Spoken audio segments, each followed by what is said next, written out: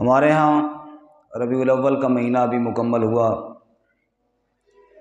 جگہ جگہ پہ سیرت النبی صلی اللہ علیہ وسلم، عظمت مصطفیٰ صلی اللہ علیہ وسلم یا اور کئی مختلف ناموں سے پروگرامات ہوئے، جلسے جلوس ہوئے۔ ہر ایک شخص نے، ہر صاحب ایمان نے اپنے اپنے حساب سے رحمت کائنات صلی اللہ علیہ وسلم کا تذکرہ کیا۔ اللہ تعالیٰ سب کی کاوشوں کو قبول فرمائے۔ لیکن سوچنا یہ ہے کہ کیا یہ جلسہ جلوس کر لینا، یہ آپ کا تذکرہ کر لینا ہماری نجات کے لیے کافی ہے، یا کوئی آپ صلی اللہ علیہ وسلم اس کے علاوہ بھی کوئی پیغام لے کر آئے جس پر عمل کرنا بھی ضروری ہے؟ تو یقیناً ہر ذی شعور بندہ یہی جواب دے گا کہ صرف تذکرہ کر لینا اگرچہ اجر اور ثواب کا کام ہے لیکن کافی نہیں۔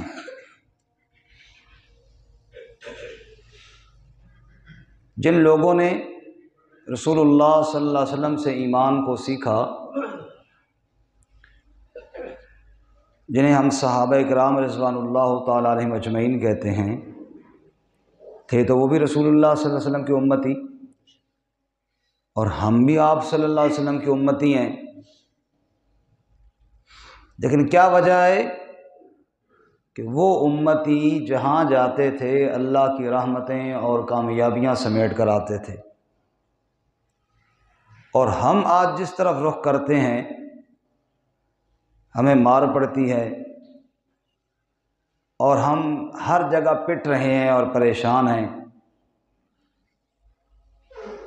کیا وجہ ہے کہ اس امت پر، امت محمد صلی اللہ علیہ وسلم پر اللہ کے انعامات ہوئی اور ہمارے اوپر نہیں ہو رہے؟ وجہ کیا ہے؟ کوئی فرق تو ہے نا آخر۔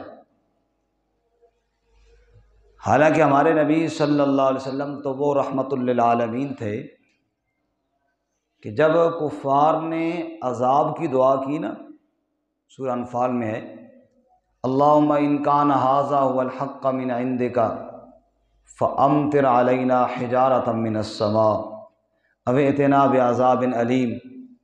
اے اللہ، اگر محمد صلی اللہ علیہ وسلم تیرا سچا رسول ہے تو ہم نہیں مانتے، ہمارے اوپر پتھر برساؤ یا کوئی اور عذاب بھیج۔ اللہ تعالیٰ نے جواب میں فرمایا ما کان اللہ لیعذبہم وانت فیہم، اللہ عذاب اس لیے نہیں دیتا کہ میرا محمد صلی اللہ علیہ وسلم اس شہر میں رہتا ہے۔ یعنی جس نبی کی وجہ سے کافروں پر عذاب نہیں آتا تھا، اس نبی کا کلمہ پڑھنے والے ہوں، اس نبی کے نام پہ جلسہ جلوس کرنے والے ہوں، اس نبی کے نام کا محبت کا دم بھرنے والے ہوں، ان پر یہ پریشانیاں کیوں آئی ہوئی ہیں؟ معلوم ہوتا ہے کہ اس امت نے نبی کا نام تو لیا لیکن نبی کے پیغام کو نہیں سمجھا۔ اس لیے آج کی اس مختصر نشست میں میں چند وہ باتیں عرض کروں گا جو ہمارے اور صحابہ کرام کے درمیان میں فرق ہے۔ انہوں نے سمجھی تھی اور ہم نے نہیں سمجھی۔ کیوں بھائی، غور کرنا چاہیے نہیں کرنا چاہیے؟ ضرور کرنا چاہیے۔ اللہ ہمیں سمجھنے کی توفیق عطا فرمائے۔ سب سے پہلی اور بنیادی بات ہے ایمان۔ آمن الرسول بما انزل الیہ من ربہ والمؤمنون، رسول اللہ صلی اللہ علیہ وسلم بھی ایمان لائے اور ایمان والے بھی ایمان لائے۔ اب صحابہ اکرام بھی ایمان لائے، ہم بھی الحمدللہ ایمان والے ہیں، لیکن فرق کیا ہوا؟ ہمارے آج کل یہاں پر، اپنی پاکستان کی بات کر رہا ہوں، ہمارے علاقے میں جہاں پہ ہم بستے ہیں، زیادہ نہیں تو 90% لوگ ایماندار تو ہیں، لیکن ایماندار موروثی طور پر ہیں، ایمان کو سمجھ کر ایماندار نہیں ہیں۔ مطلب ماں باپ ہمارے مسلمان تھے، ہماری اماں جان نے ہمیں گود میں لوری دیتے ہوئے لا الہ الا اللہ کہا تو ہم نے بھی یاد کر لیا، اور ہم نے کہا کہ ہم مسلمان ہیں جی، ہمارے باپ دادا بھی مسلمان تھے۔ لیکن آگے اسلام کو سیکھنا، اسلام کو سمجھنا، اسلام کے عقائد کو سمجھ کر ان پر یقین رکھنا، یہ چیز نہیں رہی۔ رسمی طور پر وہ کلمہ کے الفاظ ہمیں یاد ہیں، لیکن اگر میں کہوں تو شاید غلط نہیں ہوگا کہ ہم 50% لوگ کلمے کا ترجمہ بھی نہیں جانتے، مطلب سمجھنا اور پھر اس کا مفہوم سمجھنا تو دور کی بات ہے، کلمے کے الفاظ تو یاد ہوں گے، حالانکہ الفاظ کے اندر بھی کئی لوگوں کی غلطیاں ہیں، کوئی لا الہ الا اللہ کے بجائے الا اللہ پڑھ رہا ہے، کوئی لا الہ الا اللہ محمد پاک رسول اللہ پڑھ رہا ہے، کئی لوگوں سے سنا، یعنی اپنے الفاظ میں جیسے سنا نا دادی اماں سے نانی اماں سے اس طرح یاد کیا ہوا ہے، الفاظ نہیں یاد۔ اور رہی بات ترجمے کی کہ اس کلمے میں ہم نے کیا معاہدہ کیا ہے، اس کا کوئی پتہ نہیں، حالانکہ جس کلمے کو ہم پڑھتے ہیں اگر اسی کو سمجھ لیا جائے تو پھر ایمان کامل ہوگا۔ ایک آدمی رسول اللہ صلی اللہ علیہ وسلم کے ساتھ مقابلے کے لیے تیار ہو گیا، حالانکہ آپ کو صادق اور امین کہتا تھا، آپ کی برادری کا تھا، کس بات پہ جی؟ کہ آپ لا الہ الا اللہ محمد رسول اللہ پڑھواتے اور وہ نہیں پڑھتا، پڑھ لیتا کیا مسئلہ تھا، اتنی سی بات پہ کیا حرج تھی؟ حرج اور فرق جو میں عرض کر رہا ہوں پہلا وہ یہ تھا کہ وہ لا الہ الا اللہ محمد الرسول اللہ کو سمجھ کر پڑھتے تھے اور ہم بے سمجھا پڑھتے ہیں، اس لیے ہمیں سمجھ ہی کوئی نہیں کہ کیا کہہ دیا۔ علامہ اقبال مرحوم نے اسی لیے کہا تھا زباں پر تیرے آیا ایاک نستعین بھی رہی، بتوں کے آگے مگر تیری جبیں بھی رہی، تو کہتا رہا ایاک نستعین لیکن تجھے اس کا مطلب نہیں پتا تھا، تو کہتا رہا لا الہ الا اللہ مگر تجھے اس کا مفہوم سمجھ میں نہیں آیا تھا۔ جس نے لا الہ الا اللہ کو سمجھا اس نے پھر غیروں کے سارے بت پاش پاش کر دیے۔ تو ان لوگوں نے جو لا الہ الا اللہ پڑھا وہ سمجھ کر پڑھا، اور پہلا فرق ہمارے اور ان کے درمیان یہ ہے کہ ہم نے بے سمجھا ہی پڑھ لیا۔ ہمارے ایک استاد مثال سنایا کرتے تھے کہ ایک ہندو نے طوطا پال کے رکھا تھا، اس نے اس کو رام رام سکھایا تھا، ہندو سے مسلمان نے خریدا، اس نے اس کو لا الہ الا اللہ سکھا دیا۔ طوطا کو لمبی تقریر تو یاد نہیں کر سکتا، دو چار لفظ ہی یاد کیے ہوتے ہیں، کبھی وہ رام رام کر دیتا اور کبھی لا الہ الا اللہ کہہ دیتا۔ جس دن بلی نے اس پر حملہ کیا اس دن نہ اس کو رام رام یاد رہا نہ اس کو لا الہ الا اللہ یاد رہا، اس نے اپنی بولی میں ٹیں ٹیں کرنا شروع کی۔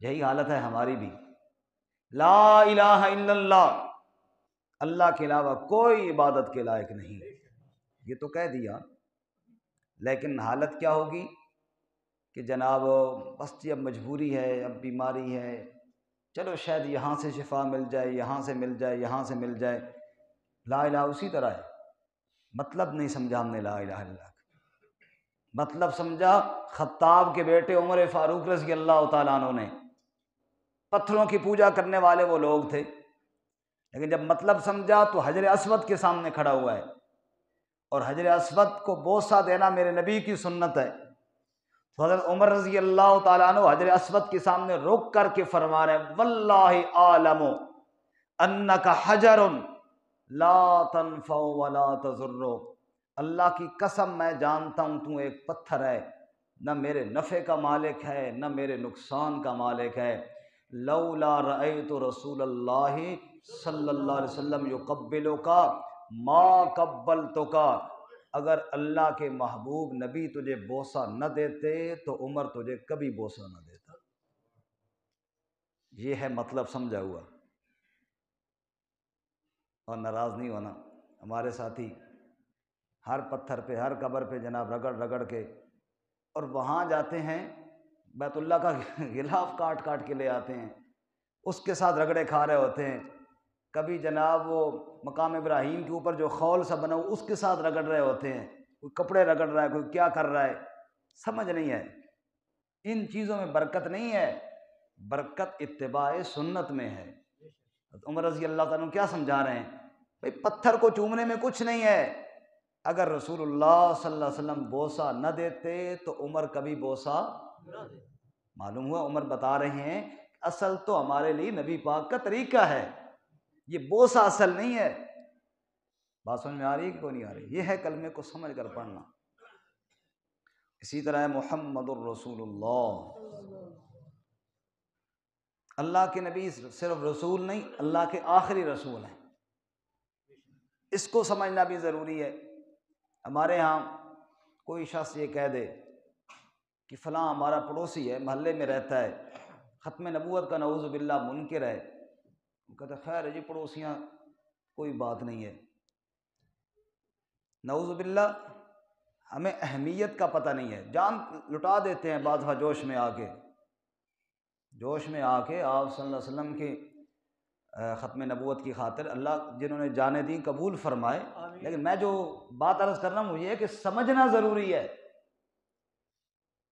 کہ کس طرح جس شخص نے سمجھا ہے پھر اس نے کیسے عمل کیا۔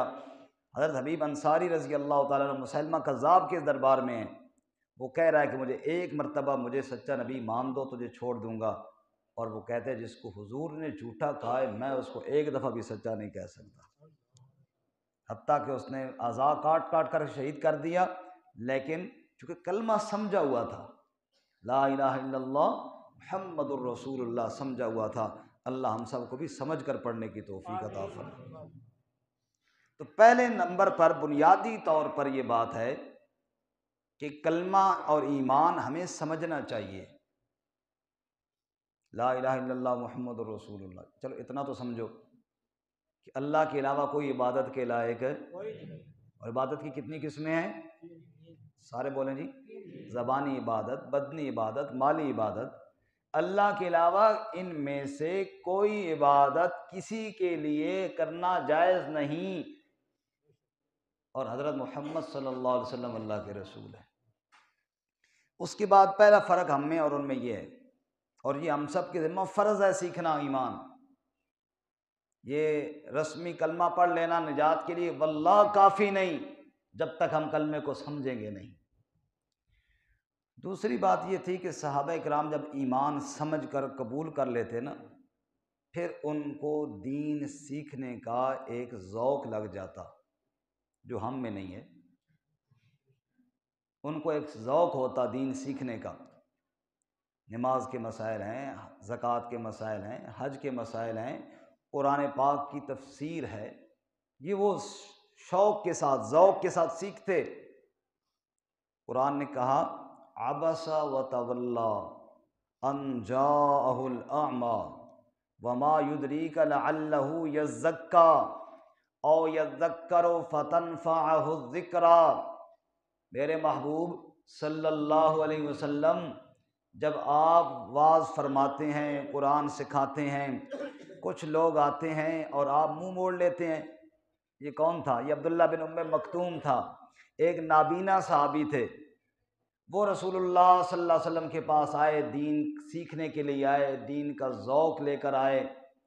آپ صلی اللہ علیہ وسلم نے تھوڑا رخ پھیرا تو اللہ نے پوری سورہ عبس نازل فرمائی، اور اس کے اندر اللہ نے پوری منظر کشی فرمائی، اما من جاءک یسعی وہو یخشی فانت عنہ تلہی۔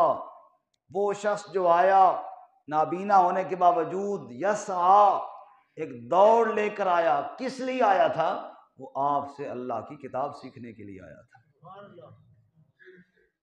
تو صحابہ کرام رضوان اللہ تعالی علیہم اجمعین میں ایک اللہ کے دین کو، اللہ کے پیغام کو سیکھنے کا ذوق تھا جو آج ہم میں نہیں ہے۔ میں اکثر گزارش کرتا ہوں کہ اگر آج کوئی غیر مسلم آئے یہاں پر اور وہ کہے کہ میں مسلمان ہونا چاہتا ہوں، تمہارے مسلمانوں کی آپس کی لڑائیاں دیکھ دیکھ کر بڑا پریشان ہوں کہ کس فرقے میں جاؤں اور مسلمان ہو جاؤں، تو کوئی ایسی کتاب بتاؤ جو تم سب فرقوں والوں کی متفقہ کتاب ہو، جس کو سارے مانتے ہوں۔ تو بتاؤ وہ کتاب کون سی ہے؟ قرآن مجید۔ جس کو سارے فرقے والے مانتے ہیں وہ سب اس کو یہی پیش کریں گے نا کہ یہ وہ کتاب ہے جس پہ ہم سب کا اتفاق ہے۔ اب اگر وہ اگلا یہ سوال کرے کہ یہ جو کتاب اتفاقی تو مجھے دے رہے ہو کہ اس کو پڑھو اور ایمان کی طرف آ جاؤ، اس کتاب کو تم نے بھی پڑھا اور سمجھا ہوا ہے، پھر ہمارے پاس کیا جواب ہوگا؟ اگر وہ یہ سوال کرے جس کتاب کو اتفاقی کتاب کہہ کر تم مجھے دے رہے ہو کہ یہ پڑھو اور اس پر ہم سب کا اتفاق ہے، کسی فرقے کا، کسی گروہ کا اس پر کوئی اختلاف نہیں ہے، وہ کہے اس کتاب کو تم نے خود بھی پڑھا ہوا ہے، تو پھر شرم سے ہمارا سر جھکے گا نہیں جھکے گا؟ ہم میں سے کتنے لوگ ہیں، مسجد بھری ہوئی ہے، میرا ایک سوال ہے درد دل کے ساتھ، زندگی گزر گئی، 60 سال گزر گئے، 70 سال گزر گئے، پتہ نہیں آگے کتنی باقی ہے، جو گزری ہے اس کا تو حساب لگا سکتے ہیں، جو باقی ہے اس کا حساب کوئی نہیں لگا سکتا، شاید یہ آخری سانس ہو، شاید عصر کی نماز نصیب نہ ہو، لیکن یہ بتائیے کہ ان 60 سالوں میں 70 سالوں میں ہم میں سے کتنے وہ لوگ ہیں جنہوں نے یہ سمجھا کہ یہ واقعی اللہ کا پیغام ہے؟ قرآن نے فرمایا ھذا بلاغ للناس، یہ اللہ کا پیغام ہے، یہ کیا ہے؟ لوگوں کے لیے اللہ کی طرف سے پیغام ہے۔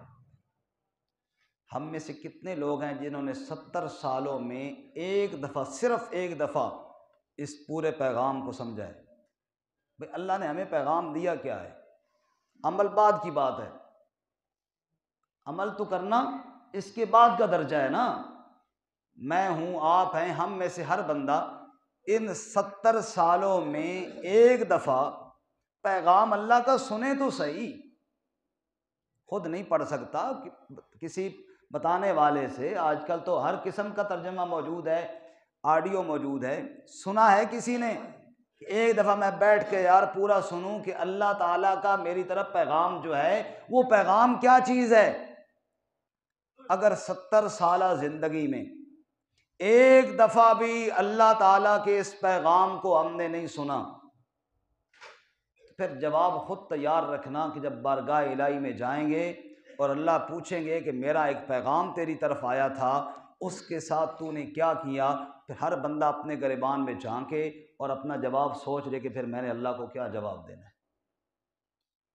اور قرآن کریم میں سورۃ الفرقان میں ہے وقال الرسول یا رب ان قوم اتخذوا ھذا القرآن مہجورا، رسول اللہ صلی اللہ علیہ وسلم محشر والے دن اللہ کی بارگاہ میں ایک شکایت بھی کریں گے، اے میرے رب اس قوم نے قرآن کو چھوڑ دیا تھا، اور جس قوم نے قرآن کو چھوڑ دیا تھا اللہ ان سے پوچھ انہوں نے کیوں چھوڑ دیا تھا۔ رسول اللہ صلی اللہ علیہ وسلم کی شفاعت اللہ ہمیں نصیب فرمائے۔ شفاعت کا تذکرہ تو جگہ جگہ ہوتا ہے، ہونا چاہیے، میں اس کا انکار نہیں کر رہا، اللہ ہمیں سب کو نصیب فرمائے، لیکن شکایت کا ذکر بھی تو قرآن کر رہا ہے نا۔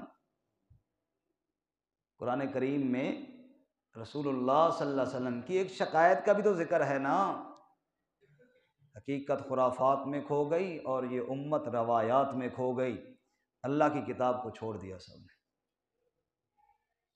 وہ زمانے میں معزز تھے مسلمان ہو کر، اور تم خوار ہوئی ہو تارک قرآن ہو کر۔ ہم نے قرآن کو چھوڑ دیا ہے تو چاہتے ہیں کہ ہمارے ساتھ بھی وہی رب کے معاملے ہوں جو صحابہ کرام کے ساتھ تھے۔ ارے صحابہ کرام کے بارے میں تو کفار نے مطالبہ کیا تھا کہ ان کو محفل سے اٹھائیے، تو اللہ نے کہا نہیں اٹھانے کی اجازت۔ یہی تو میرے وہ خاص بندے ہیں جن کے اندر ذوق موجود ہے کہ اللہ کا حکم کیا ہے۔ آج ہمارے اندر وہ ذوق ہی ختم ہو گیا، ہمارے پاس سننے کے لیے وقت ہی نہیں اللہ کے احکامات کو۔ ہر بات سننے کے لیے ٹائم مل جائے گا، نہیں ملے گا تو اللہ کی آیات کو سننے کے لیے ٹائم نہیں ہے۔ جواب اس کا سب نے تیار کرنا ہے، اور اگر 2 منٹ بعد فالتو ہو جائے نا، ہو اللہ کی بے شک بات، سب کہتے ہیں بس کرو جی بس کرو، اتنا وقت نہیں ہمارے پاس، ہمارے 100 کام اور بھی ہیں۔ شادی بیاہ کے موقع پہ دیکھ لیجیے، میری ایک روٹین ہے، صرف وہ 3 آیتیں جو خطبہ نکاح میں پڑھی جاتی ہیں، وہ میری کوشش ہوتی ہے کہ نکاح کے بعد میں بتا دوں ان 3 آیتوں میں کیا حکم ملا ہے۔ اور اتنا تو یہ کم از کم ہے نا، کیونکہ محفل ہی خطبہ نکاح کی ہو، اور خطبہ نکاح کے اندر جو 3 آیتیں ہیں کم از کم ان کو تو بندہ سمجھ لے، لیکن میں آپ کو ممبر پر بیٹھ کے بتا رہا ہوں کہ لوگ وہ بھی سننے کے لیے تیار ہے۔ دن قیامت کے جب رسول اللہ کہیں گے یا رب ان قوم اتخذوا ھذا القرآن مہجورا، اس قوم نے قرآن کو چھوڑ دیا تھا، تو بھائی جو 3 آیتیں سننے کے لیے تیار نہیں ہے 70 سالوں میں، جو ہی فوت ہوگا کہ کتنے قرآن تو سب پڑھے نے، 100 قرآن میری طرفوں کر دو جی، دوسرا کہے گا 50 قرآن میری طرفوں کر دو جی، تیسرا کہے گا جی 200 قرآن میری طرفوں، اور کل فوت ہوا بندہ، آج دعا ہو رہی ہے 300 دفعہ قرآن مجید پڑھا گیا جی، سارا اس کو اصال ثواب ہو جائے۔ بہت سونی دعا ہو گئی جی، سب یہ کہتے ہیں۔ میں اصال ثواب کا انکار نہیں کر رہا، لیکن کچھ خدا را اتنا تو سوچو، اتنے نادان اور اتنے سادے بھی نہ بنو کہ جس اللہ تعالیٰ نے قرآن دیا تھا 70 سالوں میں ایک دفعہ بھی نہیں پڑھا، آج مرنے کے بعد پہلے دن نہیں 200 پہنچ گئے، تو یہ تو ماشاءاللہ بڑی سپیڈ لگ گئی ہے۔ کیا اللہ کو پتہ نہیں یہ وہی شخص ہے؟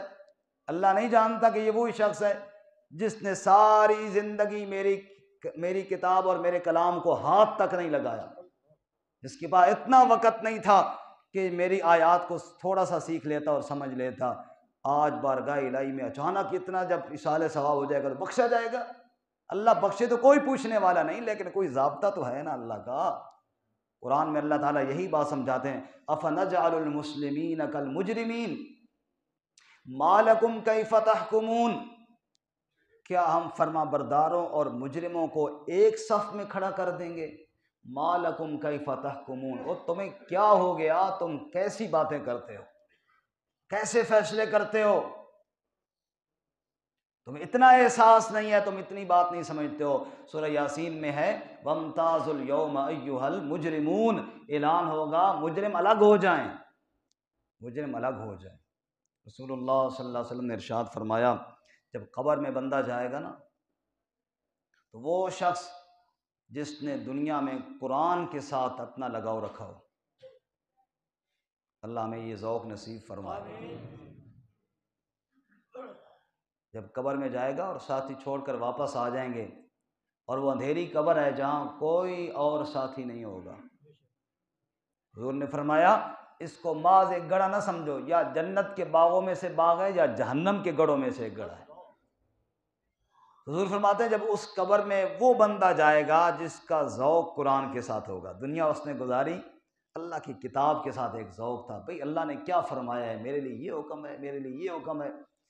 دیکھو 100% ہم شاید عمل نہیں کر سکتے، کوتاہیاں ہیں، لیکن ایک ذوق تو ہے نا، کوشش تو کرے نا بندہ، پھر کمیاں کوتاہیاں وہ اپنی رحمت سے معاف فرمائے گا۔ ہمارے علاقے کے ایک بابا جی تھے، وہ ایک مثال سناتے تھے، فرماتے ایک بندہ، اس نے بیان سنا، مولوی صاحب کہہ رہے تھے کہ اللہ فرماتے ہیں میرے بندے جتنا تو میرے قریب ہو سکتا ہے اتنا ہو جا، باقی آگے میں رحمت سے اٹھا لوں گا۔ مطلب تو یہ تھا نا کہ جتنے اعمال میں کوشش کر سکتا تھا کرو۔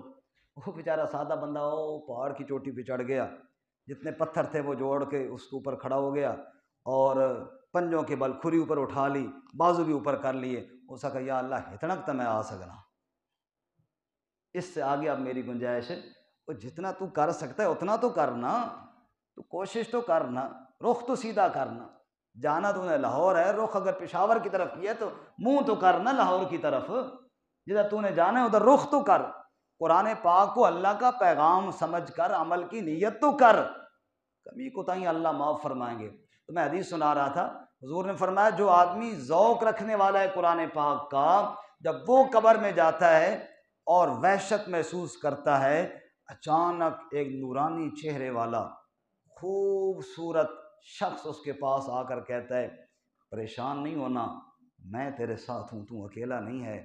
وہ پوچھتا ہے تو کون ہے؟ وہ کہتا ہے انا صاحبک القرآن، میں تیرا ساتھی ہوں جس کو قرآن کہتے ہیں، تو نے دنیا میں مجھے نہیں چھوڑا، آج میں قبر میں تیرا جی بہلانے کے لیے آ گیا ہوں۔ اس لیے آخری بات سنا کر پھر بات ختم کروں، انشاءاللہ یہ مضمون آگے بھی چلائیں گے، کیونکہ یہ مضمون وہ ہے جو ہمیں جھنجھوڑنے والا ہے۔ رسول اللہ صلی اللہ علیہ وسلم نے عرفات کے میدان میں اس لیے دعا مانگی بڑی لمبی تمہید کے ساتھ، جس کا بھی وقت نہیں ہے، یا اللہ میں تیرا بندہ ہوں، میرا باپ تیرا بندہ، میری ماں تیری بندی، میری قسمت تیرے ہاتھ میں، یا اللہ تجھے تیرے ان ناموں کا واسطہ جو تو نے قرآن میں نازل کیے، جو پہلی کتابوں میں نازل کیے، جو اپنے بندوں کو سکھائے، جو کسی کو نہیں بتائے اپنے پاس رکھے، سب ناموں کا واسطہ دے کر حضور کیا مانگتے ہیں ان تجعل القرآن ربیع قلبی ونور صدری، اے اللہ قرآن کو میرے دل کی بہار بنا دے اور قرآن کو میرے سینے کا نور بنا دے۔ اس لیے آخر میں یہ اپیل ہے آپ حضرات سے، درس قرآن ہوتا ہے یہ اللہ کا پیغام ہے۔ ہماری حیثیت وہی ہے جو آپ جاتے ہیں نا، حکیم کے پاس گئے، ڈاکٹر کے پاس گئے، نسخہ لیا، اس نے آپ سے 5,000 روپے لیے اور چھوٹی سی گولی نسخہ بنا کر کاغذ میں لپیٹ کے آپ کو دے دیا۔ آپ آئے، آ کر وہ کاغذ تو آپ نے پھینک دیا، لیکن نسخہ نہیں پھینکتے، نسخہ استعمال کرتے ہیں۔ اگرچہ ہماری حیثیت ہم خطا کار گناہ گار ہیں، لیکن یہ جو سنا رہے ہیں نا، یہ ہماری بات نہیں، یہ کس کی بات ہے؟ یہ وہ نسخہ شفا ہے جو اس کو استعمال کرے گا کبھی بیمار نہیں ہوگا۔ وَنُنَزِّلُ مِنَ الْقُرْآنِ مَا هُوَ شِفَاءٌ وَرَحْمَةٌ لِّلْمُؤْمِنِينَ، یہ نسخہ شفا ہے۔ نیت کرو، کوشش کرو، درس قرآن سنا کرو، کم از کم دن قیامت کی اتنا تو ہو، یا اللہ تیرا پیغام ہم نے سنا تھا، عمل کی کوشش کی تھی، اب کمی کوتاہیاں تو معاف فرما۔ اللہ تعالیٰ میں عمل کی توفیق عطا فرمائے۔ وآخر دعوانا ان الحمد للہ۔